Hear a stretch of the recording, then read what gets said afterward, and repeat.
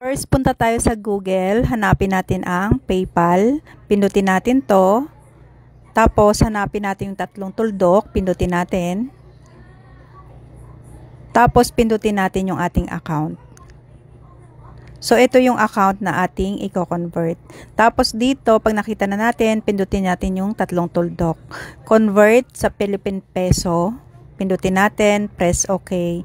Tapos kung magkano yung i-convert mo na dollar. So, i-type natin yung dollar na i-convert natin, $30.65. So, i-convert natin lahat ng ating dollars into peso. So, tapos, pindutin lang natin yung next. So, magko-convert na yan into peso. So, tapos na, convert it now. So, ito na yung ating peso. So, pagkatapos natin ma-convert ang ating PayPal dollar account, punta tayo sa ating GCash kasi ita-transfer natin sa GCash yung ating PayPal peso na pera. So, dito, login lang tayo sa ating GCash number.